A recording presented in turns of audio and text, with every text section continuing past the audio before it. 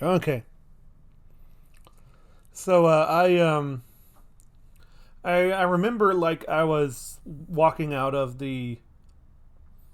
um of this film thinking it was okay at the time, but I was like, man, I was so disappointed with that with the Last Jedi. I know I was looking forward to it thanks to the Force Awakens. Demon Crest is freaking amazing. Oh my gosh, that game's so cool. But anyways, I better not get off. I better not get off topic.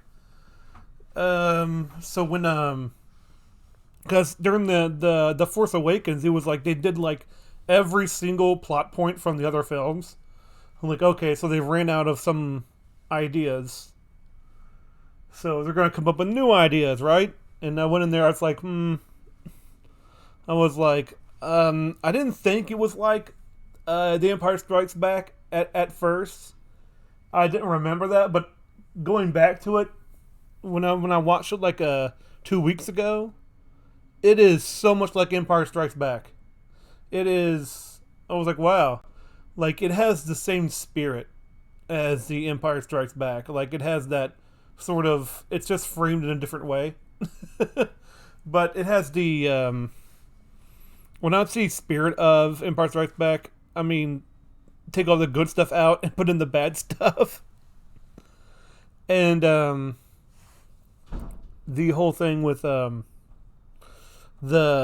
beginning of it and all that stuff. So like the one big criticism I had when it came out is that all this stuff could have been explained in the text crawl. You didn't have to have it in the text crawl. Like not in the text crawl. What I mean, like they would like say, why have the text crawl at all? It just takes place right after the Force Awakens. They come after them. It's sort of like if before at the end of A New Hope, they the Empire strikes Yavin 4, which they do.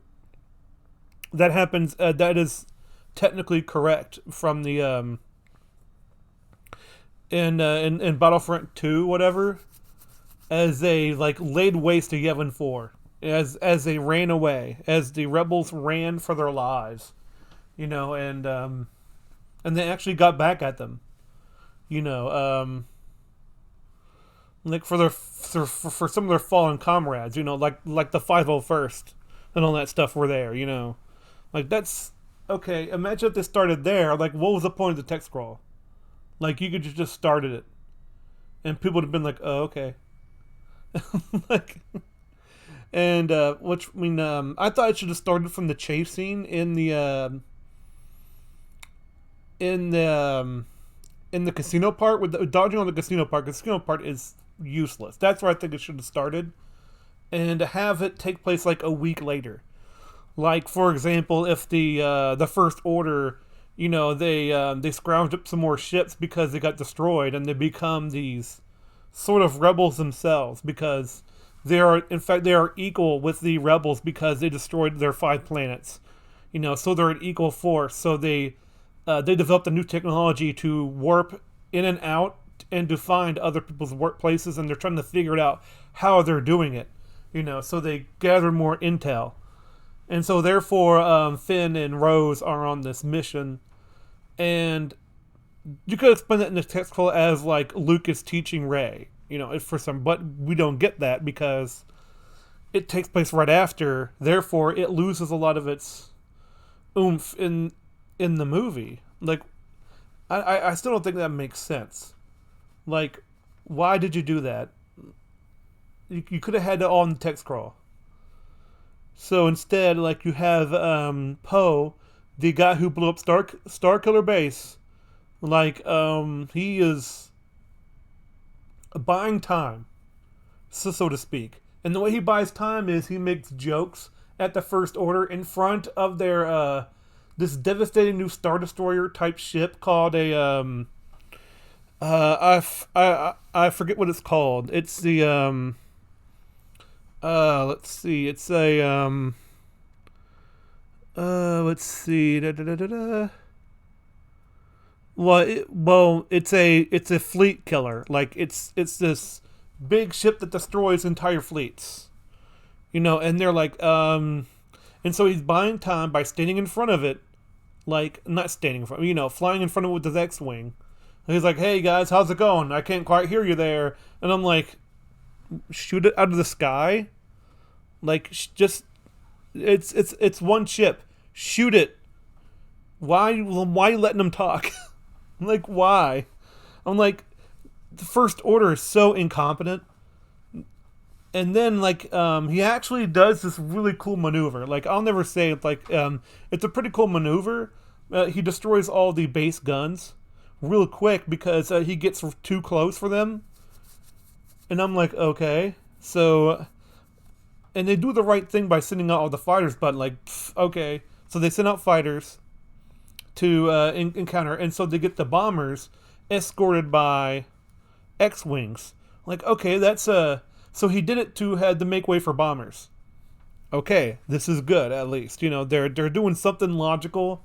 But then you see these bombers, and they're like A1 bombers from World War II in space. I'm like, how do these things move so slowly? And plus, what happened to their Y-wings?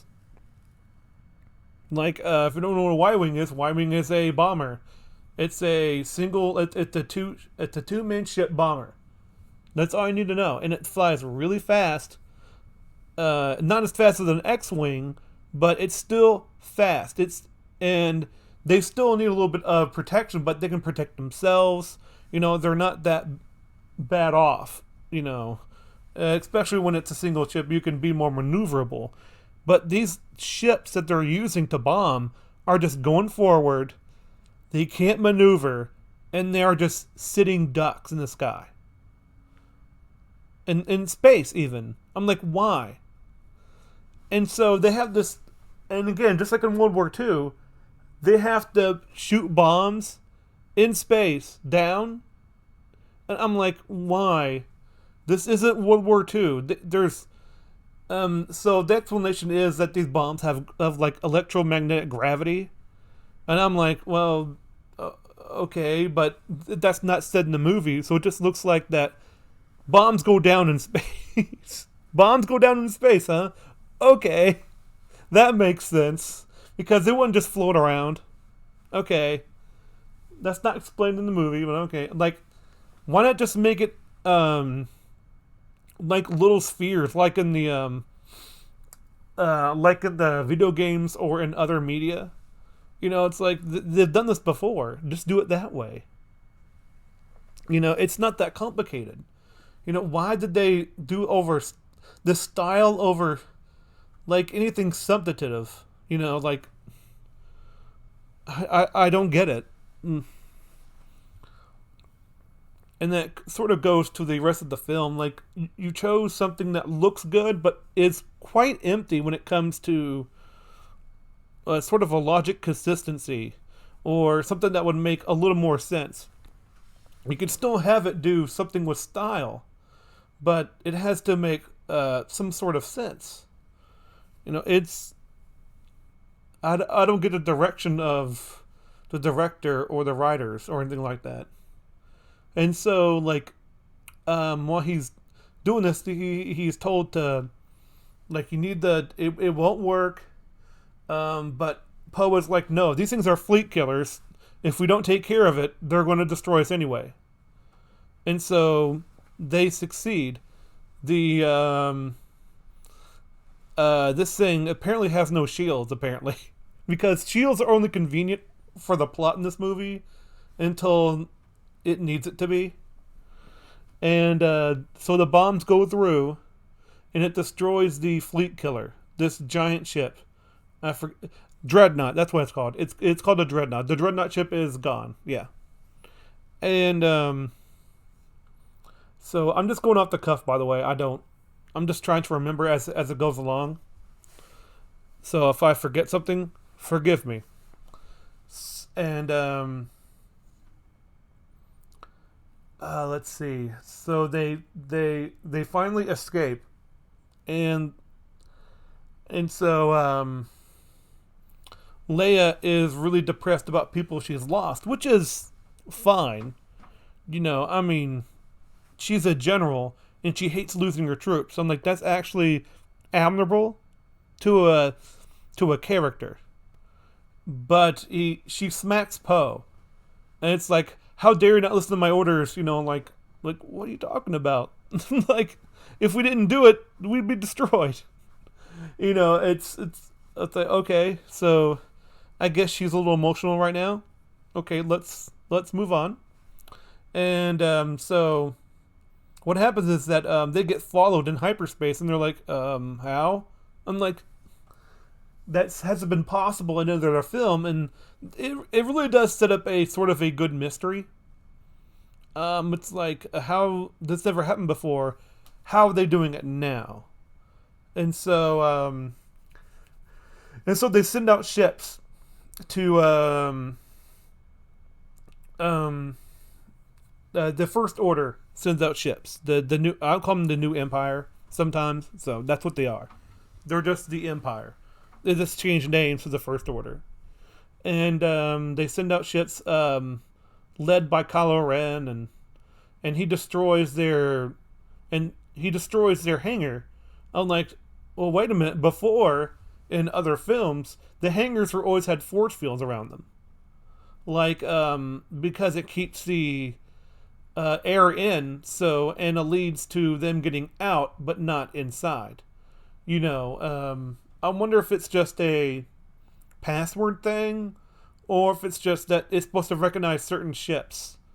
I don't know how it's programmed, but still, even in like the Revenge of the Sith, I'm like, when they're going to enter the bay to rescue Palpatine in the beginning, Obi-Wan is like, their shields are still up. What are you doing? And it's like, oh, I'm sorry, Master. And he blasts the part of the ship, and the shields are no longer up.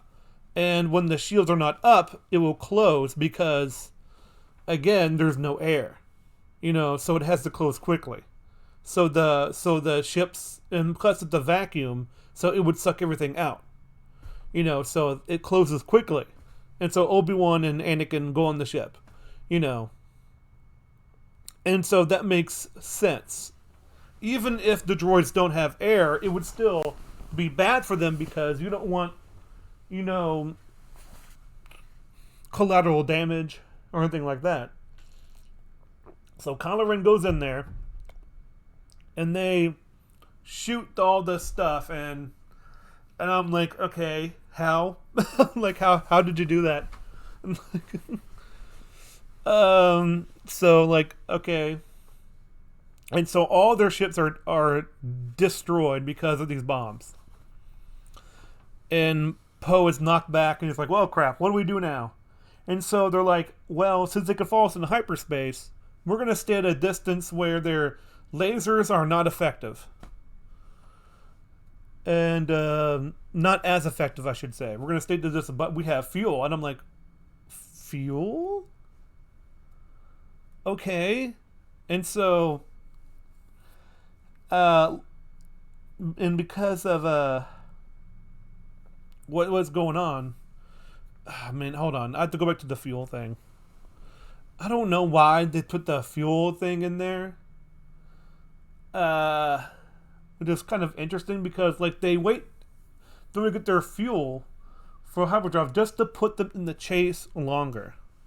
That's really the only reason they do it, because you could hyperspace to the place they need to go, and then do the maneuver they have at the end where they do the hyperspace through them, which is kind of interesting because they say they can't hyperdrive because they have fuel. No one remembers that. So, so like, okay. So they stay at the very edge of their lasers to make them the most non-effective as possible. So if I was the First Order, like, you are the bad guys, right?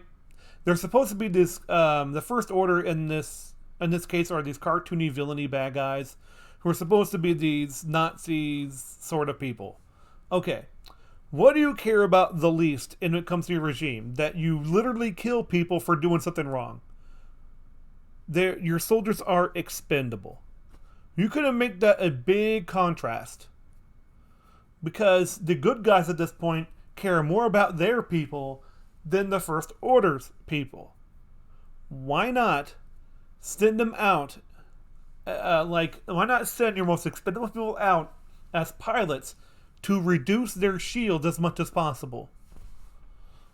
Just make them go out there. You don't care about fuel. Why? Like, why are you so incompetent?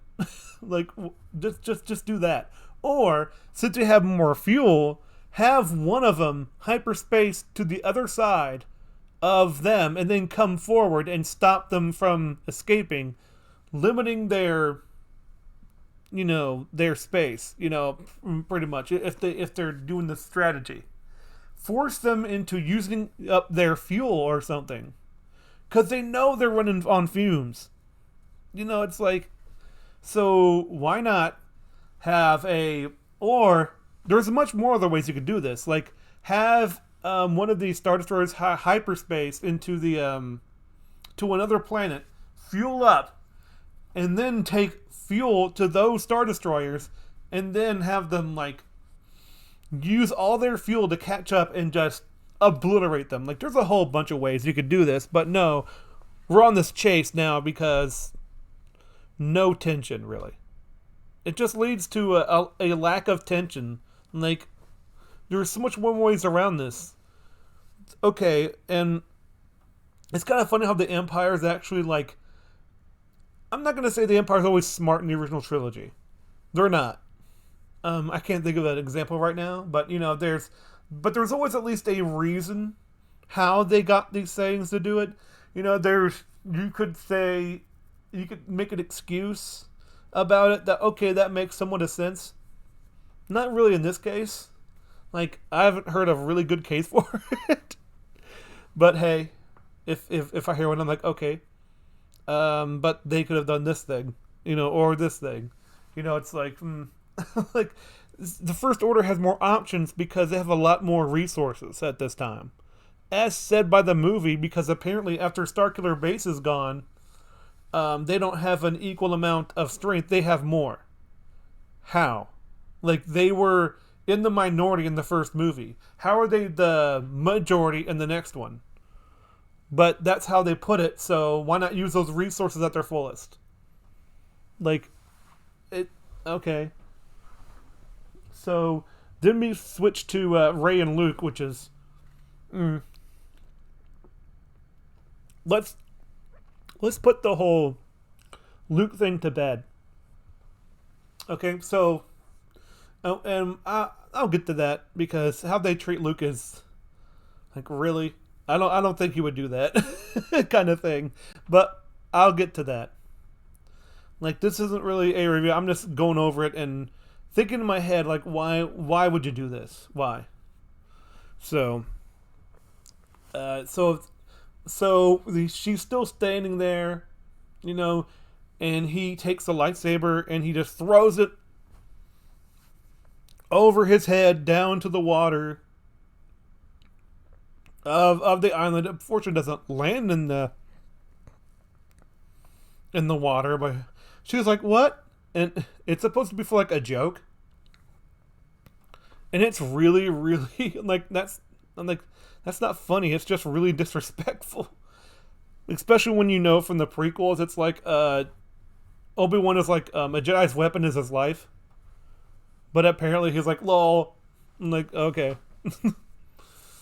And so it's like, all Luke wants to really do is just sit on the island and die, and he does succeed at that later on. He sits on his island and he dies.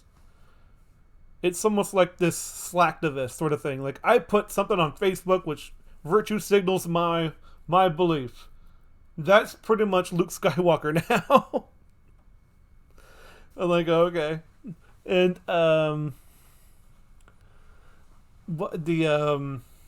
and so she stays on the island and goes through his routine of feeding himself through a long stick. And he was like, haha, I found a fish with this long stick. I was like, what? It's like, what's going on? And he milks this, like, this sort of, there's this, like, mutant cow deer thing.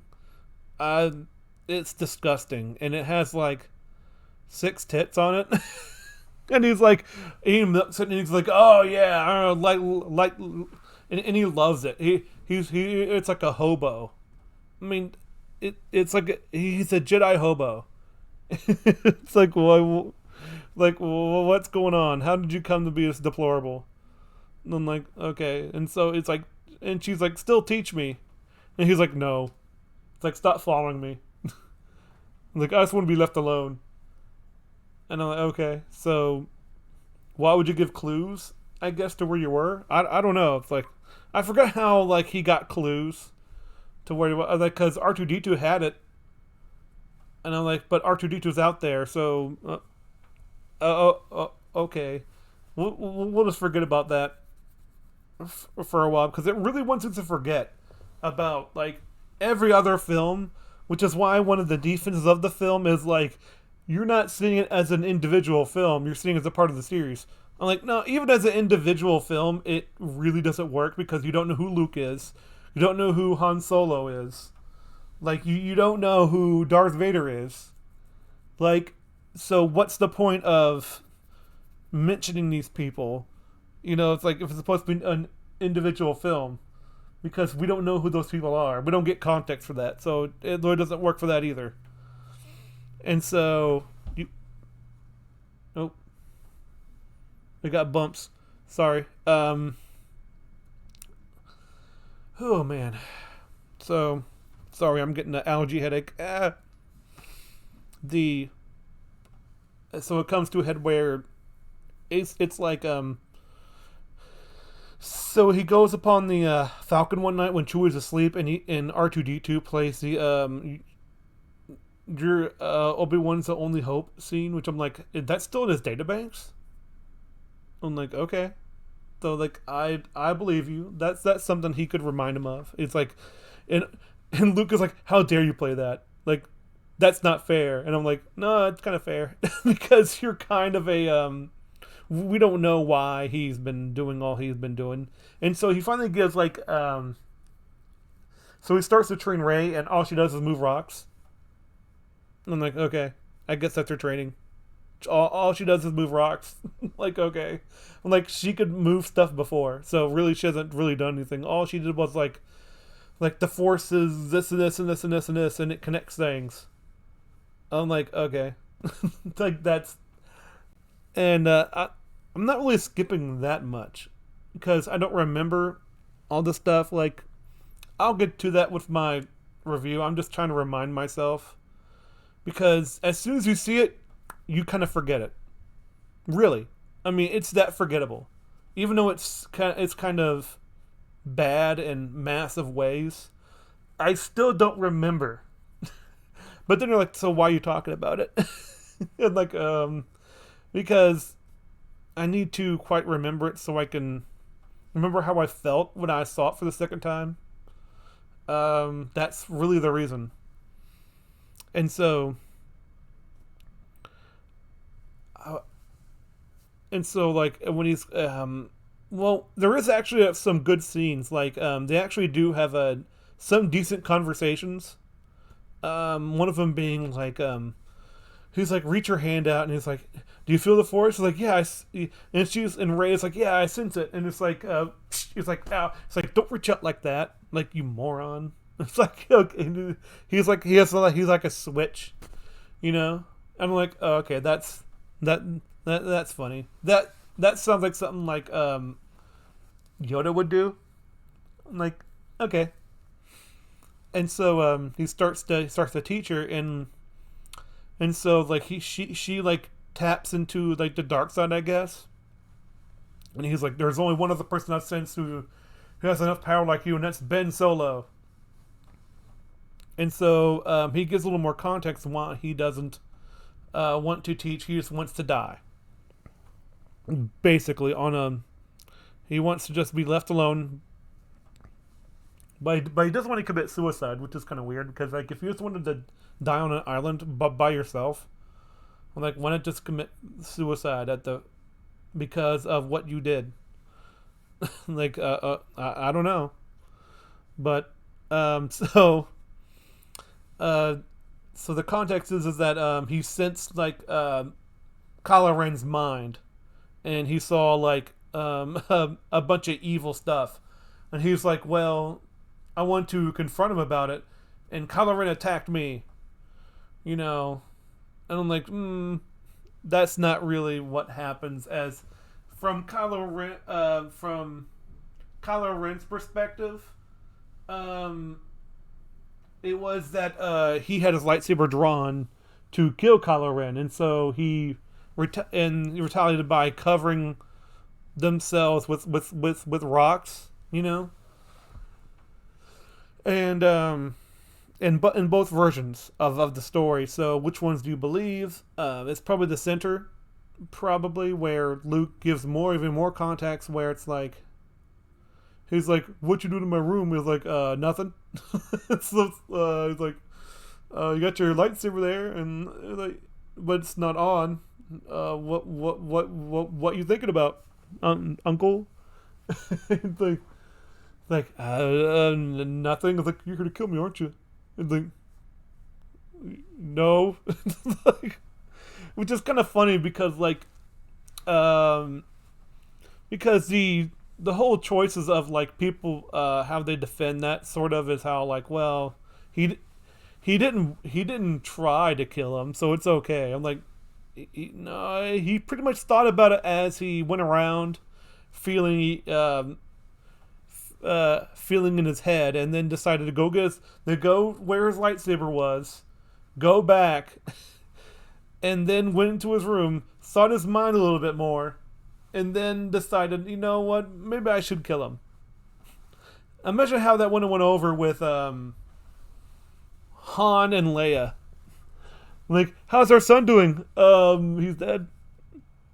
I'm like, what? Why'd you do that? He had evil thoughts. He had the evil thoughts. I was like, he had controversial tweets. I'm like, oh no. I'm like, yeah, that would have been written real well. Oh my gosh, that would have been amazing if they actually did it, you know. And so that whole thing, it's like, no, Luke. That's all the context you get is that he felt bad things in his head, so therefore he wanted to kill him, and he's kind of, and so therefore, because there were, and so in response to that, Kylo had a practical reaction to that is to kill all his students. There, where Luke was training them. That's a calm response. Like, okay. So therefore, Luke's response to that is, I don't want to train any more Jedi because one of them could be Darth Vader. And I'm like, do you think in the history of the Jedi, which by the way, I do have things against the Jedi and the prequels, but one of them is not. They train one person to be bad, so therefore they're bad, and Jedi should be abolished. But hold on.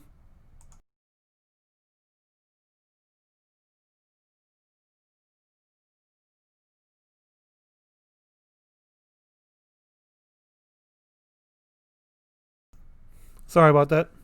I don't know if you heard that or not. But yeah, so it's like, are you sure about that? Are you sure? That's because things escalated quickly in these flashbacks from both people.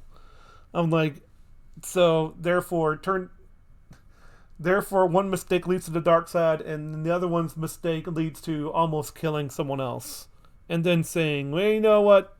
They trained somebody bad in the past, therefore Jedi are evil. Lol. And I'm like, no, that's not how it works. You know, it doesn't make any sense. And so far, and people were like, well, you just want to see Luke be action hero type. Is one of the biggest straw man arguments I've ever heard. It's sort of like, no, the reason why we have a problem with Luke the way he is now is because you've turned him into an entirely different character, and there's barely any there's barely any reasons why he did that. There's no context really. It's just that he again, just he had the bad thoughts once, therefore maybe I should kill him. And then you regret it, and you regret doing that, but you still move on. Like, and I don't think that's what a Luke would have done anyway, especially when it's his nephew. We can have him just talk it out instead. Like, hey, it's kind of like Sith Anonymous. It's like, hey, sit down and rap with me. I'm one of the hip young kids. Like I was headed down that way myself. I sense what's happening. Let me tell you about Darth Vader and how he turned the light side at the last second. I don't want that to happen to you. Like, do something like that, or like, and so hold on, we have to go through before we get back to Luke and all that stuff, because we now went through the entire storyline, sort of. Let's get back to the slow chase in space, and how it compares to Hoth's chase scene, and how it's not even applicable. It's not even the same thing, because one is a lot better in that Han had to pull everything out of his butt just to get away. Well, these guys are like, we're gonna take Miss Daisy. We're not drive too fast. Like, okay. Like, we're running out of fuel, but not enough to go for a light speed jump to a planet. Okay. And so Poe. So during the chase, Leia gets like knocked out from a ship explosion, and she uses the Force to fly through space. And so when I first saw that, I'm like, okay, I can kind of believe that, but even if I did, it still looks silly. Like, it does look like Mary Poppins going through space. Everyone is correct. It does look really, really silly. And so, and the reason why I believe it, there's a technique, a very earthly technique called I thought Wat Chi Tongue or something like that. It's where basically you slow down your heart enough where you don't need air to breathe, and you can slow down your breathing enough where if you were to look at from a medical perspective, you are dead. You can pretend to be dead.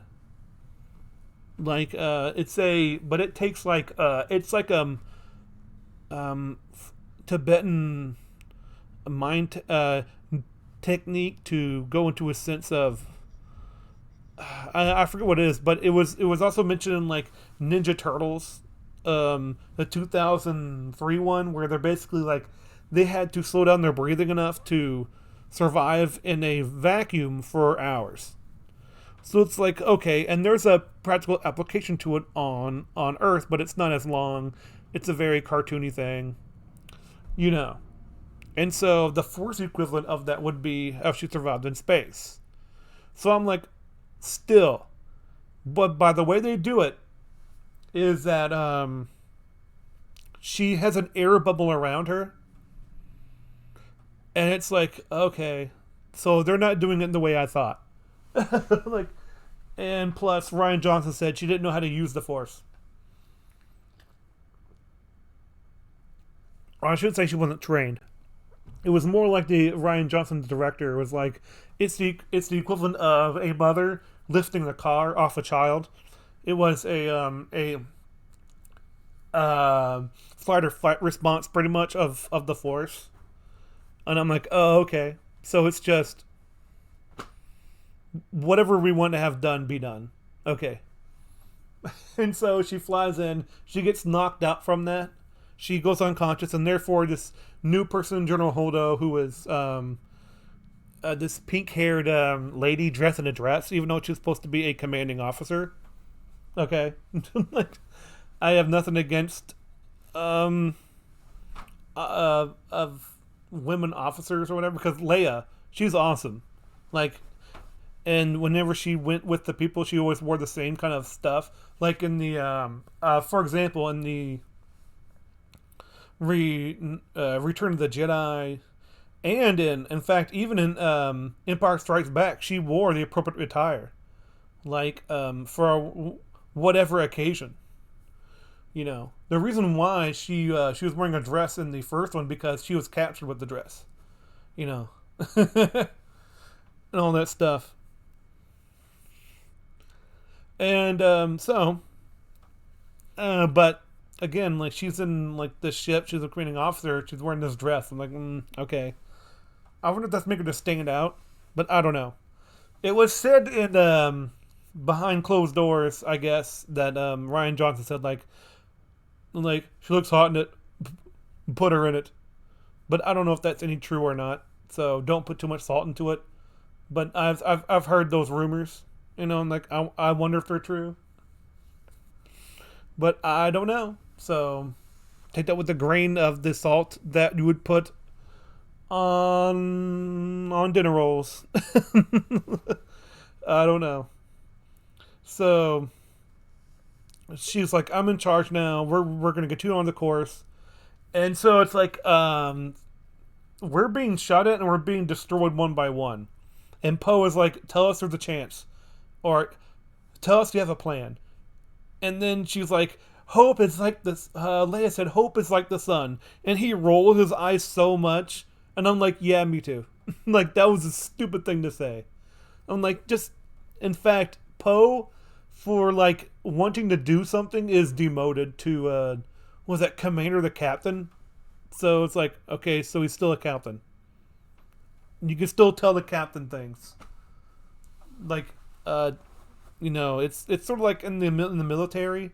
If you ask for suggestions, I don't care what type of level they are, the suggestions could be valid.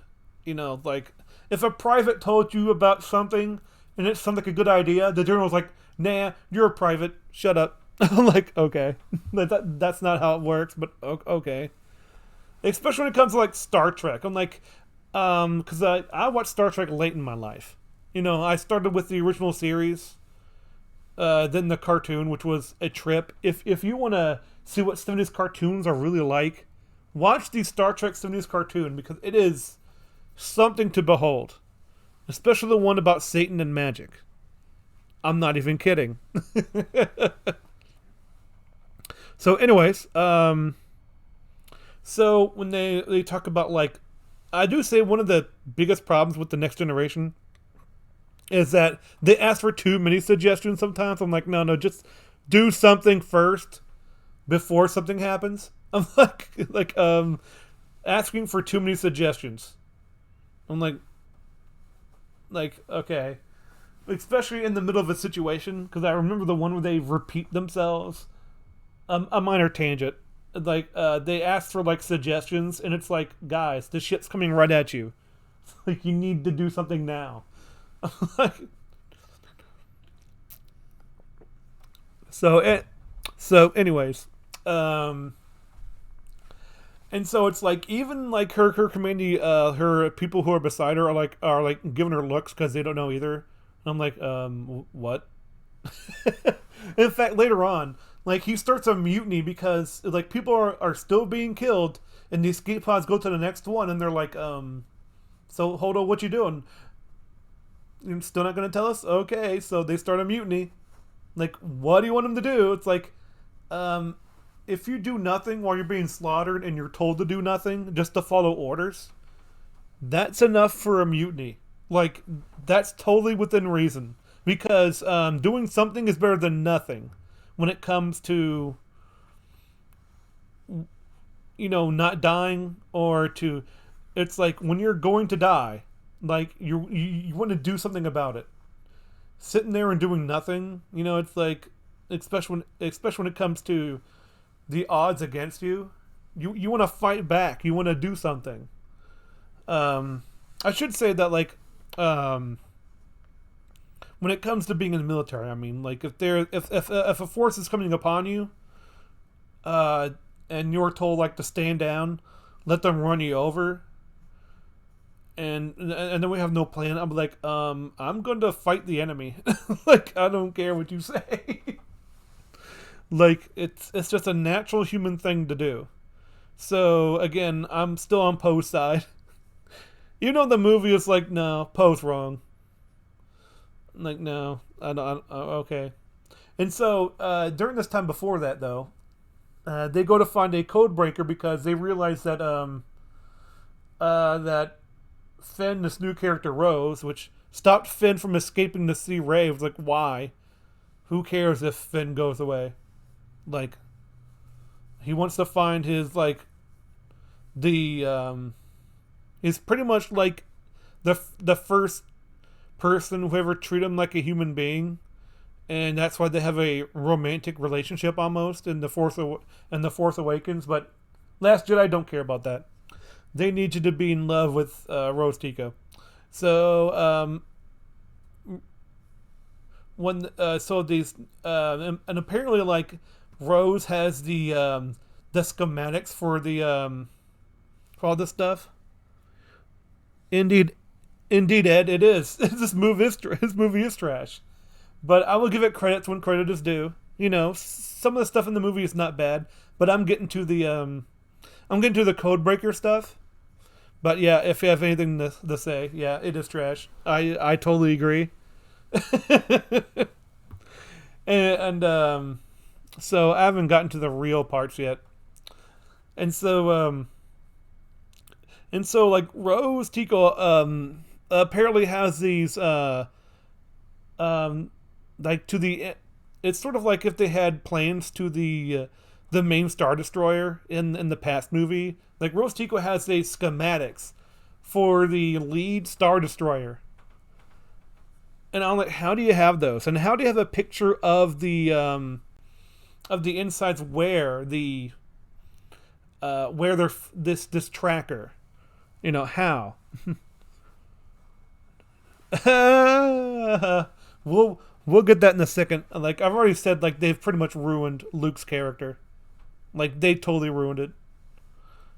I called him a Jedi hobo because who wants to die and didn't commit suicide for some reason. Like why? Why did you do that? It was just kind of funny because like it's kind of funny how like in the Force Awakens how like Harrison Ford wanted to die in the Return of the Jedi. And there's like, well, you can only have me in the Force Awakens if I want to die. Like, okay, that's cool. If you wanted to die, if Luke wanted to die, if Han Solo wanted to die, I mean, if if Mark Hamill and all this wanted to die, that's fine. It's how they handled the characters and how they died. That's the problem we have, because you see, I heard somebody say this, and it's actually 100% true. Why is Han Solo a deadbeat dad in The Force Awakens? They never give context for that. Like, and then Luke Skywalker, a guy who like said the Jedi are friggin' terrible and goes them to die and then does so. And I'm like, why did you make these characters so bad? Because you have to trounce on the past in order to prop up your other characters. You know, it's so terrible. Like, why did you do that?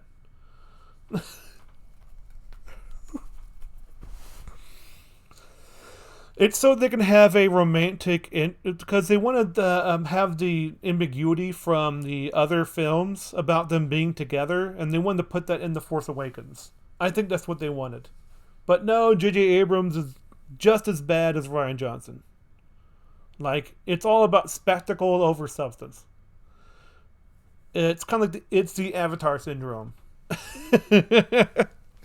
And so so in order to find the codebreaker, they contact that one weird alien girl who's supposed to be the new Yoda, sort of, and she's on this like she's on like holocron Skype, you know, and and apparently like she has like you can see all the way around her when she's doing this stuff. I'm like, how? Like, how? Because the whole point of these hollow like visor things is that you're like, for example, if you look at your wrist and you open pretend you have a watch on it, and so you'd open it up and you would have a so the person seats on the other side is you, and they would see a 3D representation of your face. But how is it seeing the her run around in her surroundings? Unless there's like a droid watching her do it, which is like she's in the middle of combat. Why would she want that? Like okay, she's trying to be sneaky. I'm like okay, so why would you want that being up in the air? Like I don't know. It's just weird. But that's really kind of a nitpick. But it's something I kind of noticed. But anyway, see, it's like there's a code breaker on Canto Bight on this casino planet, and the casino planet could have been cut from the film. You wouldn't have missed a thing. Again, you could have put this. You could have skipped all this in the opening text scroll. Like you could have put all of it in there. And then, what I would have entered the film is from them escaping the casino without seeing all that stuff beforehand. Because as soon as they get there, they do the dumb thing by leaving the ship on the beach instead of arriving normally. Why they arrive normally, I don't know. But someone reports it right away because, yeah, why wouldn't you? And so they get caught because of that, by the way. And so they go in and try to find this guy who is this famous code breaker from the advice of the female Yoda character from the Force Awakens. And so they're looking around, and Finn has this like he's wide-eyed because he's never seen like this kind of planet before. Oh yeah, it could have been skipped entirely. You wouldn't miss a thing, because like Finn has this like realization of like wow, ooh, he, and like I'm like wait a minute, why is Finn like this childlike? Because the whole point of the Force Awakens was that he starts seeing in grays instead of black and white. Because when he actually goes out and kills people, he has this realization that this is a bad thing for me to do, which is duh. But, they were being brainwashed, so to speak. They're doing the right thing by doing this.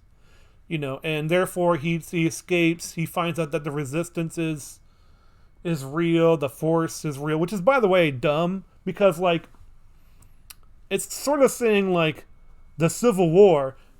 You mean it's real? I'm like, yes, like dummy, like what? World War One, that's real? I'm like, yes. Like, what are you talking about? That's pretty much equivalent to us. I'm like, the most widespread galaxy war, where Han Solo and Luke Skywalker and Leia were like the most intellectual characters in a civil conflict that spread across the galaxy. Have become legends within like what 30 years or so. And I'm like, that's dumb. And especially within the First Order, who knows about the Force and about Darth Vader? How would you not know about Han Solo, Finn? Like, what in the world is wrong with you? So anyways, the whole point of that first film is that he sees grays, not just black and whites. And all of a sudden he's like, wow, this place is great. Gee golly, it's like, oh my gosh, this is so terrible. And then Rose is like, but they have slaves because children, and they have animals that race and they treat them badly.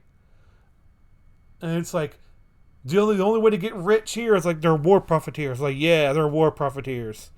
And like that's how they make their money. And they're bad because they make money from war profiteering. And I'm like, so the Republic was okay with that then?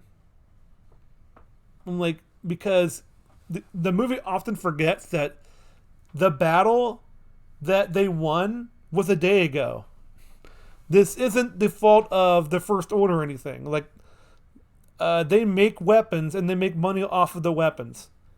So they make money. It's not that, which means they're not evil or good.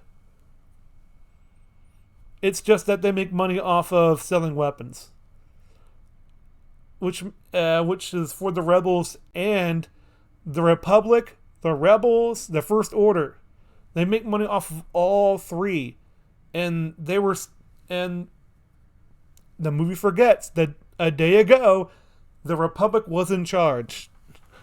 So yeah, the rebels are just as fault for this planet. But Rose is like, no, because they have slaves. I'm like, okay, they're child slaves. That is bad. Thanks for letting me know. Like, okay. And so, like, again, Finn is like, what? But it looks so great up here. I'm like, I guess. But that's every government, I think. And, well, yeah, but the other thing is that, like, if they're not exactly looking for trouble. In fact, there's a lot of private industries in the United States that make guns for the public. So yeah, and I would not want them to not exist because um, I do want a self-defense gun one day. I want to and apparently like doing research, an AR-15 is actually really good for home defense because a pistol is is inaccurate as crap. So,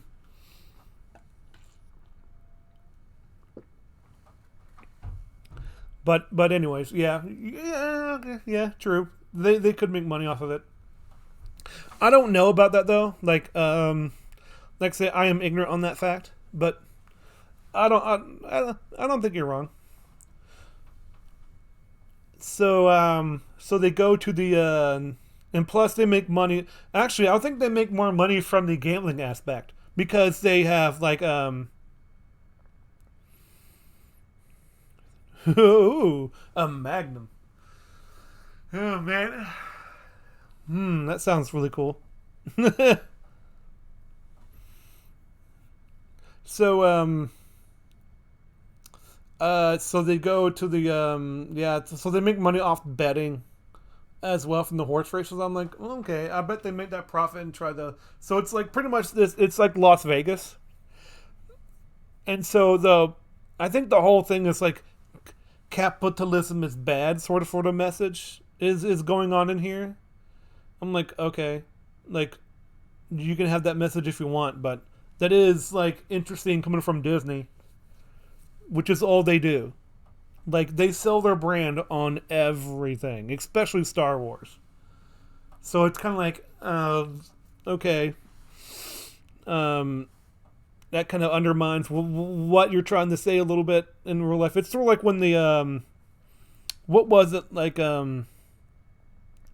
It's kind of like printing paper with the with the Lorax on it, and then you throw that paper on the ground. It's like, yeah, take that symbolism. Like, okay.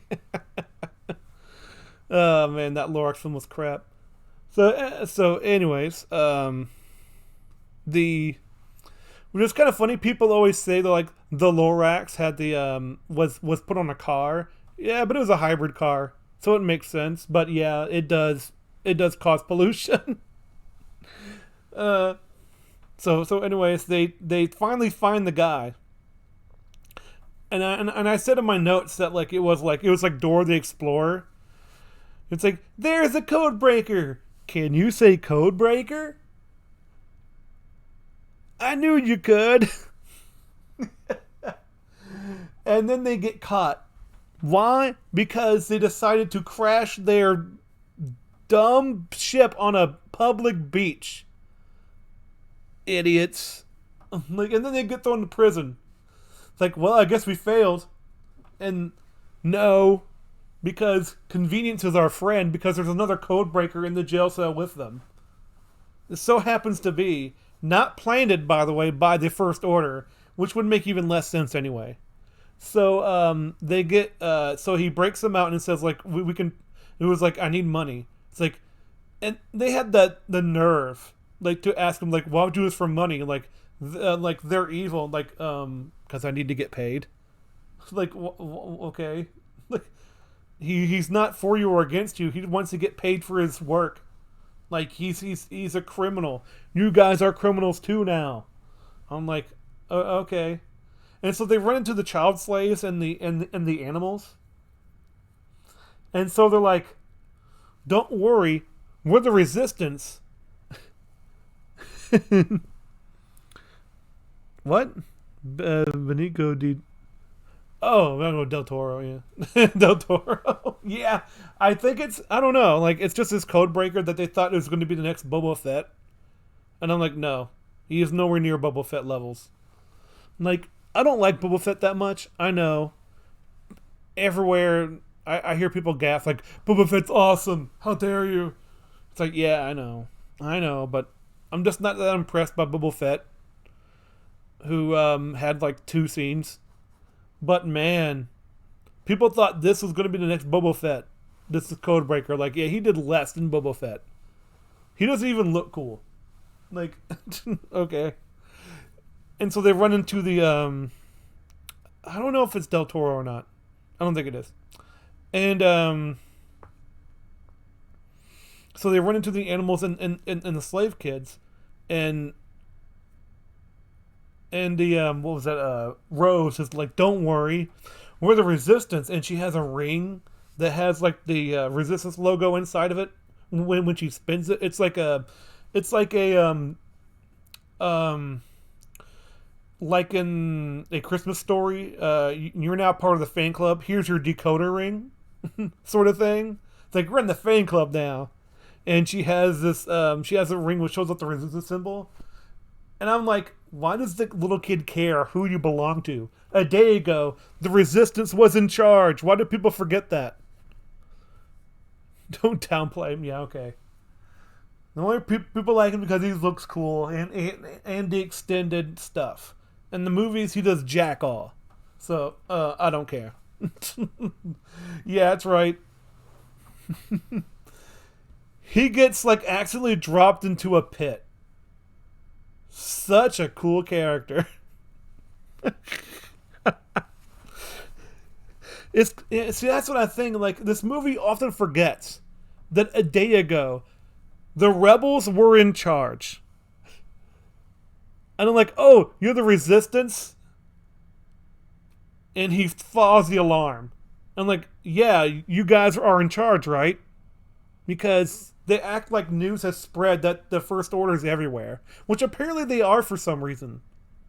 And I'm like, the Empire was galaxy spreading because they had a foothold for years because of what they did in the Clone Wars. Because, like, the Separatists were spreading apart so much that the clones had to go to everywhere as well. And when they took control of those planets, and when they took over the Senate, therefore those planets are theirs. The First Order doesn't own jack squat at the end of The Force Awakens. They own one planet, and then all of a sudden they're everywhere. That doesn't make any sense. True, man. Like, that's the thing about Boba Fett. Even Jango Fett. Jango Fett did a lot more. Jango Fett was awesome. I love Jango Fett. He was. I'm not saying he wasn't. Actually, yes, I am. Like, Boba Fett, man, downvotes for Boba Fett. Boo. F for Boba. F for Boba. Jango Fett was awesome. Jango Fett actually, like, took on Obi-Wan and beat him to a draw. It was awesome. That's what I mean. It's like, this movie often forgets that a day ago the rebels were in charge. And so like, they help him out. They stay quiet. And so what do? Okay, I want to ask you this question. Never mind. I'm not going to ask questions. So instead of freeing the slaves, or just leaving, they decide to, like, we're gonna take these animals on on a hijacking spree through the streets, and we're gonna wreck the streets as we do it. Yes, he did. Well, maybe not. Yeah, he sort of did. I don't know if he did it for Obi-Wan or not, but still, it was pretty cool. Like Jingo actually did stuff, and he was the inspiration for every single clone. Okay, I guess not, but still, he was cool. He was cool. He actually did stuff. He killed a Jedi. He was awesome. And the thing Boba Fett did actually really good was actually in The Empire Strikes Back, because he was very good in that. Which is what was the other so Rose and Finn go through the streets on these animals, not freeing the slave boys or the slaves at all, or whatever, the slaves. They're not just boys there, whatever. And like they take the animals and they free the animals, and they ride upon the animals in the hallway in the streets of the city, and they wreck stuff, and they look pleased with themselves. It's like a catharsis for Rose, because she used to live in places like this. Like, again, the slaves are bad, but I think they're trying to equivocate to, if you have a society that is rich, that means they had slaves in order to put them there. Like, that's not, no. Like, that's, okay, no, that's not, no.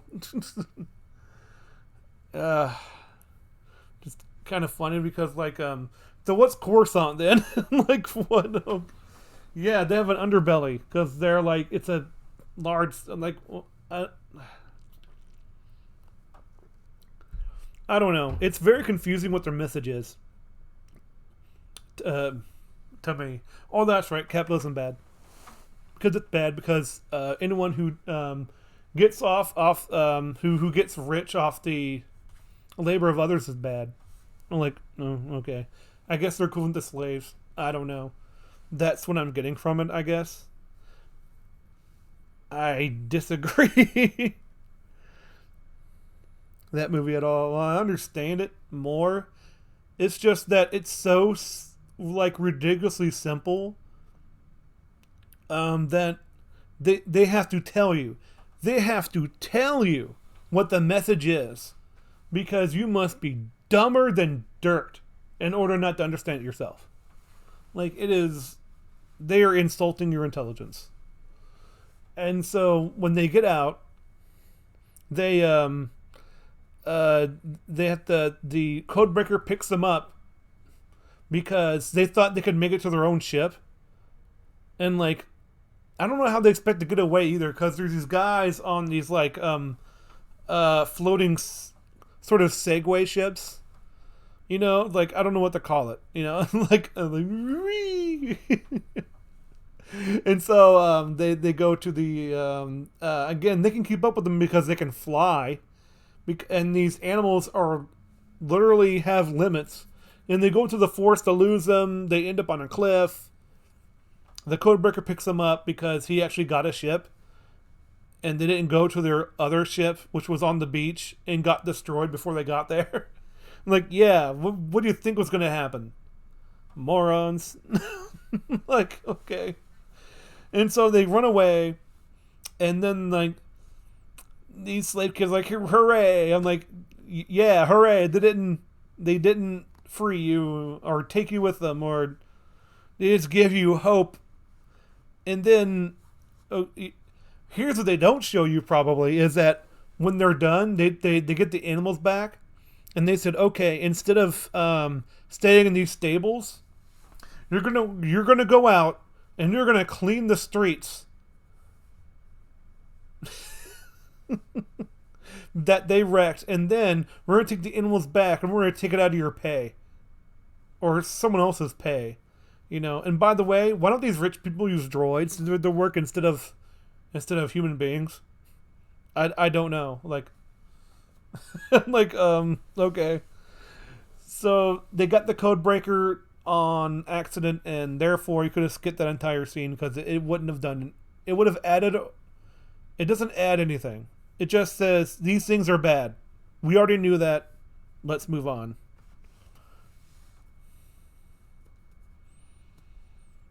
They have droids. They have droids that clean up after people in modern society. Oh, you mean like uh Roombas?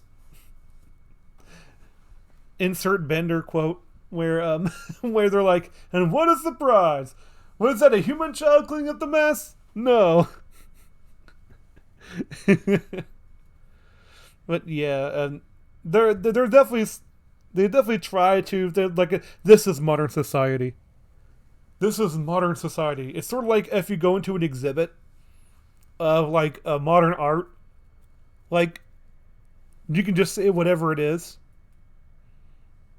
and like, oh no, like this doesn't make sense. Like that's the thing. Like modern art is all about subjectivity. This is sort of like the equivalent of that sort of. It's like it's all based off feelings. It's like like, but what about the logic? Who cares? Who cares about the logic? No matter what the system it is, it's going to have flaws. But I don't want to get political in this talking about Star Wars. I'm just saying like this is obviously what they're trying to do, and it doesn't really work out since like everyone sort of hates these certain things, and saying it doesn't mean anything. It's all about we're going to signal our virtue for about 2 hours. Like, okay, sure. Like, sure. So they get their accidental code breaker, and he speaks to Finn about like, how can you help? How can you just help yourself? It's like, dude, and he was like, because Finn is written as his child who's just figured out what bad guys are. Which I'm like, you were a janitor for pretty much the Empire for the first film, and then you saw what they did in the first film, shooting down defenseless people. I think you know what evil is. Like, come on, Finn. like it's like the other movies don't exist. Or time and space. And so the codebreaker's like, my dude, like, how do you think the rebels got their weapons? Like you're an idiot. It's pretty much his explanation. But he doesn't say that, but like it's what it comes down to. I'm like, oh my gosh, this movie's so bad. This movie's so bad. Its writing and its characters are so bad. There is okay, so we're back to Rey and Luke for a little while. So what's been happening is that what we don't know is Snoke is connecting Kylo and Rey, and which, by the way, they do that in the Rise of Skywalker. I'm like, but Snoke is dead. What are you doing, JJ? So so they can talk, and they had this really interesting talk. It's actually really good because he's talking about like you tried to find a father figure in Han Solo, it didn't work out. And so you're looking for a new father figure in Luke. I'm like, you just want your parents like so bad, don't you? Because that's her like big flaw, in that she wants her parents. She wants to know who they are. And like, yeah, that's a big part of someone's identity. Really, is that it's who you grew up from. Like that could really screw someone up psychologically if you don't know who your parents are. Go watch the video where they learn who their real parents are. And it's like, wow. Because people will move heaven and earth to find out who their to see their real parents in real life. And it's so emotional. So this makes really a bunch of sense that she really wants to know, and she like imprints herself on different people. And it's kind of very obvious, but again, they have to spell it out for you. Even the best scenes have like things about it. I'm like, you didn't have to say it. It's really obvious that she wants to find a father figure. Man, I need water again. Holy crap.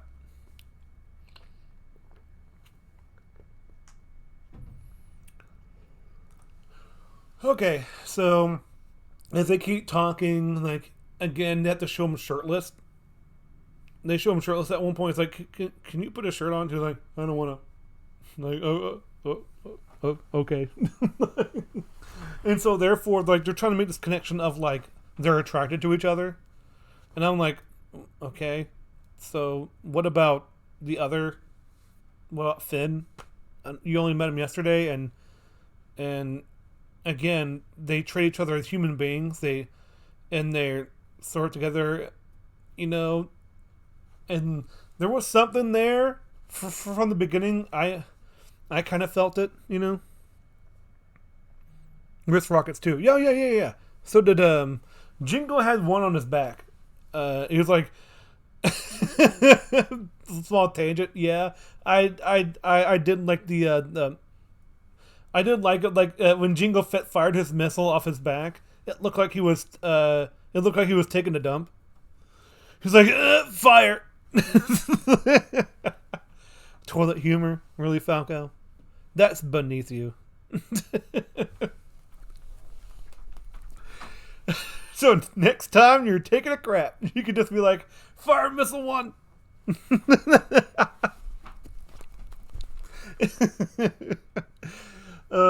So really, when you're again, it's like they tell a story from three different angles. I think that's obviously what's funny. I don't think you need to point that out, Ed, but thank you. I'm not dumb, but you know. So one of the, so again we go back to the chase where, again they go to mutiny. Like Poe, and it's kind of funny. People often forget that Poe wasn't the only one who mutinies. Like almost half the ship mutinies, and if they didn't have half the ship, they wouldn't be able to take over because Holdo is like not telling anybody anything. Until you said it. It's true though, and it's like, what is going on? Like people have to forget like Poe is in the wrong because the movie said he's in the wrong. I'm like, there's a whole bunch of people. Why are they caught taking a dump? You're not taking it anywhere. And so the mutiny, and all of a sudden, like Holdo, like kicks. General Holdo's the one with the pink hair. If you don't remember, Ed, she has the purple hair, whatever. Like boop, and she kicks like a thing on the ground, which causes like a fire extinguisher effect, fog, and she gets away, and and therefore like all the rest of the and they start a civil war inside of their own ship, and Holdo wins out on that, and Poe is like, you need to, is just talking to Finn like you got to get inside the tracker thing, you know, inside the Emperor's ship, Snoke's ship, and like they just come to the door, and it ends up being Princess Leia. I mean General Leia, because she went down in rank because Princess is better than General, but General sounds better for a certain point of view. Like, but Princess is better than General. It's just that Princess have a stigma of not doing anything, and so like, okay, so we need to take that out. And so General Leia comes in, and like, and then like and Poe is so surprised that it's Leia that they use the stun feature, which, by the way, I will give this film credit for using the stun from A New Hope, which is a bunch of circles. Man, why aren't there people using stun more? I hate to say it, but stun looks to be like almost impossible to dodge because it's a ring, And I'm like, how do you dodge that? How do you deflect that with a lightsaber? It's a ring. I'm like, it's like, like, clang? You're stunned. Man. And so, yeah, they use the stun feature on everybody because they don't want to hurt their own people, so they go stun, stun, stun. And so they go on these transport ships when they're stunned, and Holdo and Leia have this conversation like, he's reckless. I like him. And they're like, I like him too. And I'm like, then why didn't you tell him the plan? like, like, my gosh. If you had told him, it's kind of funny because later on, they tell him the plan inside the escape pod when they're out, when he wakes up, and he's like, oh, that might just work. I'm like, morons, why didn't you just tell him? He would have been okay with it. And then he would have told them and be like, listen, we have a plan. I know it sucks to see, like, some of our people die, but we have this plan. Like, and I'm like, okay. You could have told them. like, oh my gosh, it's so dumb.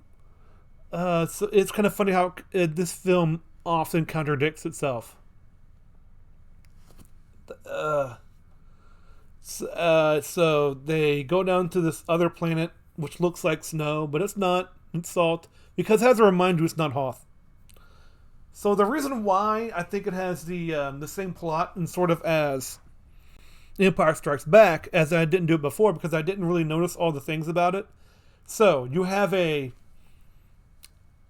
new Jedi learning from an old Jedi Master on a planet by themselves, training. Then you have a chase throughout space when they're trying to escape the destruction of the last base. Okay? Then you have a fight with AT-ATs on the ground versus a base that's in a sort of desert area, which, by the way, snow is a desert because it lacks moisture. Because ice, believe it or not, doesn't really have life doesn't really I should say life doesn't exist, but I forgot the real definition of a desert.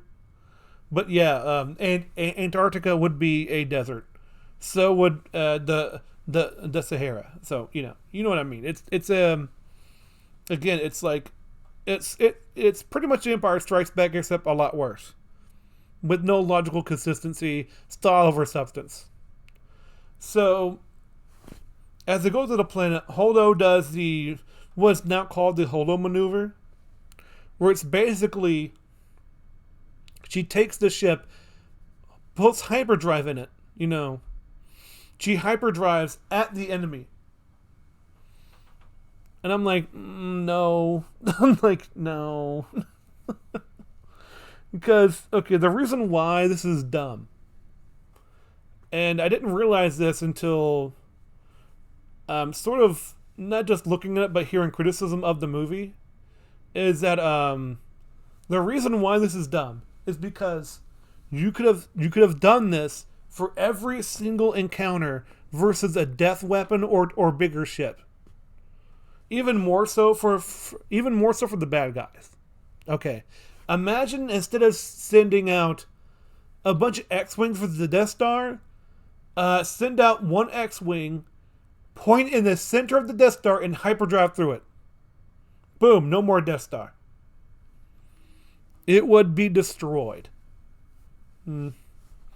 Or if you have imagine at the beginning of The Empire Strikes Back, instead of using the laser, send up I don't know, a bunch of ships in hyperdrive into the big one, killing Vader. It's like, or at the end of in Return of the Jedi, again, have one ship fly through the Death Star. It's done. And even more so for the Empire. The Empire has like expendable soldiers, or heck, you can even use droids, like just to autopilot droids. Kick in the hyperdrive, therefore no humans. Boom, boom, boom, boom, boom, boom, boom. It would destroy fleets. It would destroy planets. Don't forget the Death Star. Let's have a like you could have probably a ship do that and go through the center of a planet and just devastate cities. Like it would. I send a star like a let's have a ship that all its purpose is to have hyperdrive and just push it into planets. You know, it's like just build those. Like a mobile base, who cares? We could have ships that just go to hyperdrive because it's like yeah, so pretty much you just ruined hyperdrive. Like again, it looks fantastic, but it lacks logic and substance. That's all it does. And the same thing goes for Force Ghost when Yoda strikes lightning down onto the onto the Jedi Temple. Which, by the way, Yoda, where were you when Luke was going to kill his nephew? It's like, it was like, whoa, whoa, whoa, whoa, whoa, whoa.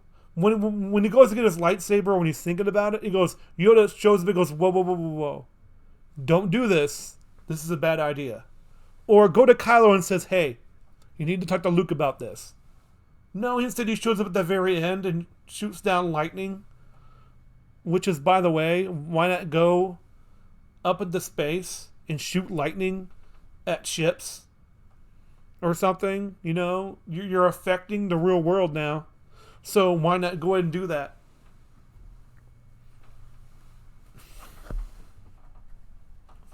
So it's like, why do you fail? Because it's all about style. It's all about eye candy. Instead of saying like, whoa, whoa, whoa, wait a minute. What you've done is actually make things worse and make things harder for every other creator of Star Wars out there. As in the next movie, why not do that all the time? Why not do these things? I'm like, because like, I don't know, Solo, who cares? Just fire a ship into it. Just have the Force Ghost do things for you. This is why when they say like, that's why like the Rise of Skywalker is so bad as well, because it tries to apologize and cover up the things the Last Jedi did. This is why you can skip the Last Jedi as a movie, and the Rise of Skywalker still makes just as much sense. What happened to Luke? Who cares? Really, that's the Last Jedi anyway. So like, they don't care about Luke. They don't care about legacy characters. Let's drag them through the mud to rise up our new characters. Not only that, let's talk about it. How they treat Rey as a character. Rey is a Mary Sue. Absolutely. Like even in the first one, she knows how to fight with a lightsaber, even though she's never trained before. Beats Kylo Ren, even though he's trained and he got blasted, so you know that's it. But yeah, but he never really seems hurt by it. I mean, he gets pumped up when he gets hurt, but he was shot. Kylo Ren was shot with a blaster bolt from a crossbow from Chewie's weapon, which is, by the way, enough to blow away a stormtrooper like 10 feet. But when it happens to Kylo Ren's like side, it barely affects him. You know, I'm like, okay. And not only that, like he is able to fight off Finn as well. Like, if that was the case, then Finn should have won. But, you know, she's able to pull lightsabers, able to read minds without being trained. You know, she's able to mind trick people without being trained. She was able to pull a lightsaber without being trained, float rocks without being trained, sense people, do all this incredible stuff with barely any training whatsoever. Like, I can't say she never trained because she feels the Force once. I guess that's training. Okay, it's kind of funny that Mary Stu and Gary Stu characters can be done well. Like, for example, like One Punch Man, or which is basically like he does have flaws, but they're not physical. Um, Saitama is good because as a Gary Stu because he's good at physical without really training that hard. He does barely any exercises, and he gets so strong that he's invulnerable to pretty much all kinds of harm and can keep up, and so much better than everyone else. But he still has a weakness of his character. Rey has none of those. Rey has none of that. She doesn't have flaws of character. She's pretty upbeat. She knows, even just because she's a scrapper doesn't mean she knows how to run the Millennium Falcon. When Luke was on the Millennium Falcon, he could not fly it when he got on it for the first time. Okay. So if you want to go from the Luke perspective, it's well, of course, when they respond to that, like, well, Luke was a Gary Stu. It's like, no, he wasn't. He failed all the time. He had to train. He had to fail before he could succeed. Rey doesn't really fail, and when she gets captured, she breaks herself out. And then in the Rise of Skywalker, see, she trained. I'm like, again, which takes you out because you know that's an apology for the last two films. I'm like, okay, sure, JJ, sure, but whatever. Let's see. They go into the planet of the. It's kind of funny because they don't want you to think it's Hoth. So one guy says like, "This is salt. This isn't snow," and there's red stuff beneath it. See, not Hoth. I'm like, okay, sure. And they found this old rebel base, and they have an excuse not to have the best equipment because it wasn't made. I mean, it was back during the other era, so everything's kind of old. And the reason why they want to go there is because they need to contact the other people in the Outer Rim. And so this is where another contradiction comes in, where it's basically, if they destroy this little cell of resistance, the resistance is dead. But they want to go to this old base, in order to contact other people of the resistance on the Outer Rims. So it's not the end of the resistance if they kill them. So it's not just 20 people. Like, but they keep saying like, if they die, the resistance is dead. I'm like, no, but how? I'm like how? Like, I don't get it. And so they don't answer, which is like, wah wah. Oh no, we're losing hope. And they keep reiterating like, hope is what you need. Hope, hope, hope, hope. And I'm like, we're driven to this so much that I don't even care if you die. Like, in fact, you know what I hope in? Your death. And then Solo happened, and then death reassured. Oh man, Solo. Well, what a failure. Failed so much. And so they come in on AT-ATs, and I'm like, wait a minute. Why not just bombard them from space? Oh, right, because we need to reenact Hoth. We need to reenact Hoth at the very end of the movie. That's why. Oh, and people fully forget the reason why, and they can't blast them from space in Empire Strikes Back, because they went in too early. They wanted to. He wanted to get the credit for the. He really did want the credit for the killing the Empire who destroyed the Death Star. And so he was like, he went in too early. Their shields went up. And Darth Vader was like, he's as clumsy as he is stupid. And so he chokes him out for it. Because Darth Vader's had enough. I know he tried to kill someone in the first film, but he was stopped. you know. And he's like, and he's a little more, he's kind of more lenient in the first film, but in that second film, he stops being lenient because last time he was lenient on people, they destroyed the Death Star, and he's not having that again. So he starts killing people for being absolute morons in that movie, in The Empire Strikes Back. A little bit of a tangent. It's just something I noticed. So, again, they don't bombard them from space. They could. Oh, it gets worse because they have many Death Star tech with them as a battering ram. And I'm like, why not put that on front of a ship? Or, I don't know. You know, like, during that chase, you could have had this beam, you know, and have it destroy things, you know? Like, oh no. Oh yeah, I forgot. Oh no, I forgot about the how Finn and Rose get captured and the Codebreaker betrays them. It's like, they paid me more. Like, yeah, duh. Like, he's gonna get paid more. He has no sides. It doesn't matter.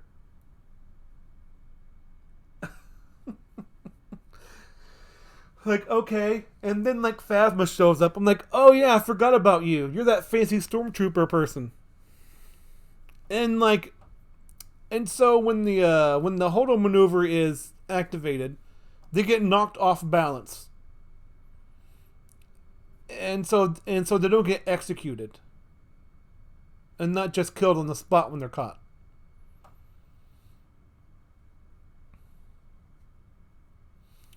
So, again, like, Phasma has this armor that deflects lasers. Sorry. I was looking at notes because I kind of got lost. And so the armor deflects lasers, and I'm like, hold on, each part of her body is covered up by this armor. And they want us to forget about the Force Awakens, where she had she was threatened with blasters. And I'm like, who cares? You're covered in this armor. What are they going to do? Like, just be like, no. What are you going to do about it? And they'll deflect their blasters. And so she goes into, like, there's a boss fight between Finn and Phasma because of the earlier film. I don't know. It's not really earned, since Phasma is not really that intentional of a character. She's just there because style over substance, really. It looks cool, therefore she's there. And they have this boss fight, and Finn wins by having her distracted. And she's like, you scum. And he's like, rebel scum. It was like, okay, I like that line. That's a pretty good line. You know, I like it. You know, but it's kind of funny since the only way she would have heard that is from the old Empire, because the only reason we know about that is because of meta knowledge.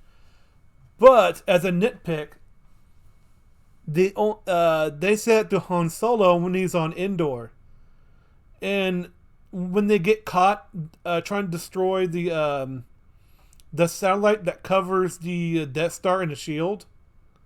And so they go in, and it's a trap. And so they capture them, and one of the guys says, rebel scum. How would she know about that? How would Finn know about that? Especially when it's 30 years ago. Like, so this guy he was probably killed, too. That's the thing. So how would you know that? But still, it's a nitpick for a cool line. Whatever. You know, I'll let that pass. That is technically a nitpick. Sure. But it still technically shouldn't know that. Oh yeah, back to the planet. And so they're cornered so BB-8 tells them that in this base there's only one way out, and that's the front entrance. And so they get these skiffs ready that just drag across the ground. And it creates this really cool visual effect, but, like, again, style over substance. The only reason they put them down is to have the visual effect of the red. Looks really cool. And I guess to give them more directional flow as they drive, because these are very low flying vehicles. And as they go across, they're covered by people in trenches again, just like Hoth, and they fire upon the enemy to give them cover, and the HATs laughed us off, and they just blast them. And not only that, they have TIE fighters too. But again, showing how incompetent the First Order is. All of a sudden, they stop firing when they get close enough to the battering ram for some reason. Enough so that Poe was like, "Don't do it, Finn," because Poe learned something about not sacrificing people or yourself for the greater good. Thanks for ruining Poe. And and so Finn was like, "I'm not afraid." He's like, it's actually like a good moment for Finn, so to speak, because he has this great character moment of, "I'm not afraid of the First Order anymore," sort of moment, and he wants to show it by sacrificing himself in order to save time for them to contact for the rest of the rebels to get there so they can help out. And he's going to destroy this battering ram mini Death Star tech by slamming himself right into it, sacrificing himself. And again, they're not shooting at him, and they're not shooting at Rose, which bumps into him to save his life. And she's like, Finn is like, "Why did you do that?" Again, ruining another character moment. And she's like, "You can't save others by sacrificing yourselves," or something like that. I forget what she says, but it's something really dumb. I don't remember. But it's like, really? Okay, sure. And then, like, at the very last minute, like, Luke shows up all of a sudden, and they start to, Leia and him start to talk, you know? And, so Luke says that, you can't, he was like, "I can't save Kylo." And then Leia says, "There's nothing left to save." And then Luke says, "No one is beyond saving." I'm like, didn't you just say? Like, what? That seems like a contradiction. And so he goes out there to confront all the AT-ATs and everything. And as I say, and Kylo's again, like, Kylo says, hold your fire." Oh, that's right, I forgot another scene. No. Okay, before that happens, I have to go through the other scene, because this movie's so long. I can't remember everything. So, they do the Return of the Jedi bit where they take Rey in front of the Emperor, Snoke or whatever, Supreme Leader Snoke. It's the Emperor, whatever. And she was like, and he was like, "Join me because dark side, lol." It's like, okay. And she was like, "I'll never join you." And then they do the whole, like, "Look outside, your friends are dying." And she's like, and the proper response is, "I met these people like a day ago." Like, they're not really, I'm not that close to them.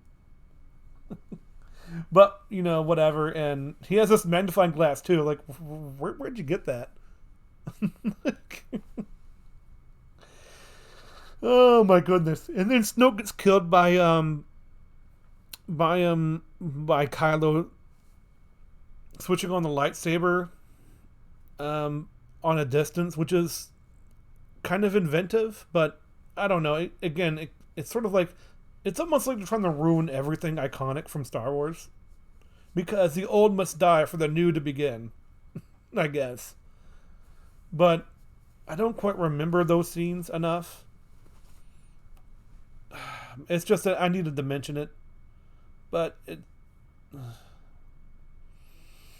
and the fight scene looked pretty cool, but again, I'm like, okay, it just looks neat. It looks visually interesting. But I've heard the choreography is a mess, but I am not a choreographer expert, you know? But sure. And I've heard it's a disappearing knife, but I'm like, if you need a disappearing knife to make so Ray doesn't die, then you've done a terrible job as a choreographer. So, anyways, back to the planet where Luke walks out of this burnt, where the battering ram cannon, as it's called, shoots into the door of the rebel base on Not Hoth. And so that's what Luke is walking out of. And Kylo Ren is like, hold your fire. And then the next scene is like, oh, battery's fire. And I'm like, okay, sure. just to put emphasis on the scene of he hates him. Like, we never would have got that from the past scenes, but okay. Now you hate him for sure. It's kind of funny, but again, before that, like, Kylo and Rey were fighting on the same team, and all of a sudden, like, Kylo was like, join me, we will, like, rule the galaxy together, again, just like in Empire Strikes Back. It was like, join me, we will rule the galaxy, there won't be more Jedi, there won't be more Sith, and like, but then she's like, no, and she escapes, and so therefore he's the Emperor. So like, so you do want there to be a First Order, okay? So you're a liar. Oh yeah, like the parent scene where basically Kylo after the fight is like you know the truth about your parents, they weren't anything. Say it. And she's like, they weren't anything. Like, now I know about the Rise of Skywalker, that's a lie. Like, okay. So, okay, I'm almost to the Luke part where he wants to have the First Order for some reason, and so all batteries fire on Luke, and he's just like, that didn't really affect me. And so what my mind went to that first time, I was like, okay, so what has he done to make him immune to like battery laser fire from an AT-AT?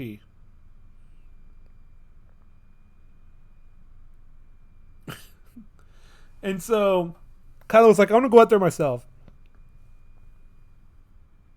And he's like, okay. So they go out there. He starts dodging Kylo's attacks. And Poe has this good idea again of like, we need to escape while he does this. He's doing this for a reason. So, okay. So he goes, so like, he gets the idea of like, what happened to those crystal fox things that were inside the base? Like, and they see one and they go follow it. And it turns out that there's a small hole in the back being blocked that they can't escape from.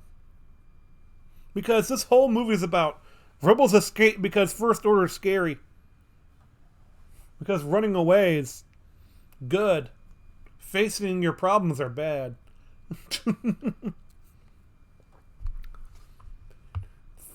So they during the whole battle also, like, Rey comes inside the which, by the way, I don't know how Rey escaped and found the Millennium Falcon at the same time. Like, did Chewie come? And by the way, those prog things, what are they progs? The minions of the Last Jedi are completely useless. And I believe they were there because he didn't want to get rid of the birds from the shots. So he added his own bird. Like, good job. Good job, guy. Instead of cutting them out or just doing the scene over, you decided, we're going to put digital, like, minions in there. Okay, good job. And so from the back, like, Chewie, not Chewie, but yeah, Chewie has the Force. That'd be amazing. But no. Rey pushes the rocks against them where they all escape. Finn and Rey hug, and you think, like, oh good, maybe there will be a relationship. No, that's not happening. And while that's happening, Luke dies because he's doing a Force Skype call, which cost him all his rest of his life force. And he dies on the planet that he planned to die from. Well done, Last Jedi. Well done. You killed another. You like how? Like Force Awakens. Like we did it. We killed iconic character. Last Jedi says, "Hold my beer." It's like we're gonna kill another iconic character. Cause why not? Then history said, "Lol, we're gonna do it better." The real life did it better. Oh, jeez. I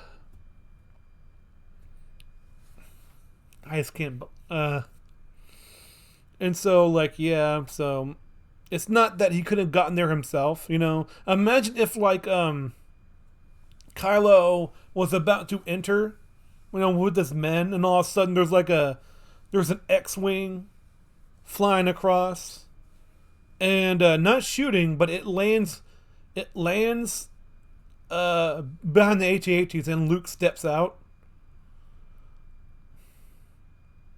And then as he goes forward, he is so powerful, he knocks over the AT-ATs and stuff. And then, like, they're ready to fire, and they fire upon Luke. He just stops all the bullets, you know, and he says, like, between you and me. And then, like something like that. I don't know. It's just like he could have been there himself and done something different. He could have made them escape and then decided he could have been in the next one. You know, as like I should have been involved in the fight from the first place. I'm sorry. If you want to make Luke a recluse, here's a good way to do it. Imagine if Snoke couldn't penetrate his mind. So while he was asleep, he gave him visions of Ben being part of the dark side. Like, that's where he's weakest. And so therefore he goes into and so he actually does his same thing where he goes into the tent and searches his mind. But because his vision is clouded, he doesn't know what he can see. And so, and Ben feels that when he wakes up, covers it in rocks, and then escapes. And then Snoke takes advantage of Kylo. And then over the years, like, some Jedi are killed. And so he takes his other Jedi and says, we're going to escape. We're going to exile ourselves. In fact, you shouldn't come with me, other Jedi, because I don't know if you can trust me or not. And when he figures out later on that it's not him, he could be an advisory role or something like that for Rey in the next film. And so they could train and then, like, have, again, having his sister there as well. Like, to know that, yeah, I trained too, which make a lot more sense than what happened in the film. But no, we need to have him die and be humiliated because the heck with legacy characters. We need to bring them down. And so therefore it ends on this really kind of dumb thing about these slave children who are just like, this is how Luke would defended himself versus the AT-AT and all that stuff. And I'm like, you mean when he died? Because that's hilarious. And then, like, the broom boy is like, I have the Force. And I'm like, okay. So, whatever. It's like, the new resistance will be the slaves and the people who are under the foot of people. And, like, and I'm like, sorry, Ryan Johnson, but that's not what the next film says. Oh, man, this film sucks. And it took me only an hour and 15 minutes, but hey, you know what? I think I've had enough. I will let this go for now, and I will catch you guys next time. I hope I put some clarity, and I've heard stuff you never heard before about the Last Jedi, and if you like it, it's completely fine. I don't care. You can like it all you want. I mean, there are plenty of films I like that are not good. Not good at all. I think there's a big difference between liking something and have it objectively be good. Like, there's a huge difference. I like AVP. Most a terrible film. But when it gets to the last third, that's when I'm like, this is good stuff right here. I like the end. I like the last third. And even the parts of the first and second I like. There are parts that I like, but man, there's some stupid film stuff in there. But, you're talking to the guy who liked the Mantis growing up. That Mantis show is terrible. It's so terrible. But the thing is, you have to come around. You have to come around to some idea that not only people not like what you like, but the whole point of that when someone says, this film is bad because it has this and this and this in it, and I can prove my point, and you're saying like, well, that doesn't matter to me. Like, if it doesn't matter to you, then why do you care? Like, then obviously it does matter to you, then, because you're trying to really defend a film that really people just don't like, or don't like for valid reasons. Really, that's where the objectivity comes from. It's sort of like if well, then people say like, well, like people like movies for different reasons, therefore it's all subjective. For that, well, if you're talking about how, like, for example, the Shawshank Redemption, people can like that for different reasons, but they all come to the same conclusion of it being good. It's like a map. And the objective of good is in the middle.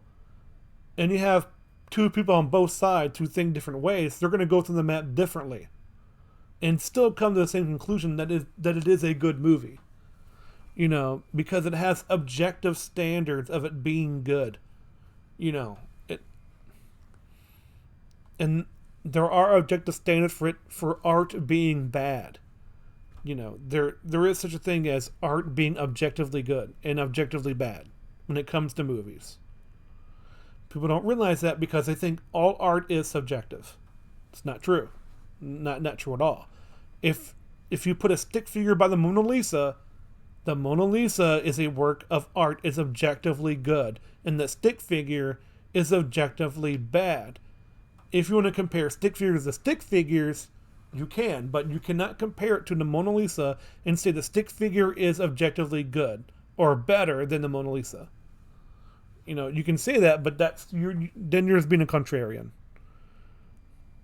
So anyways, I'll say goodbye for now. I've said my piece. Thank you so much for listening, and be safe out there and have a wonderful day.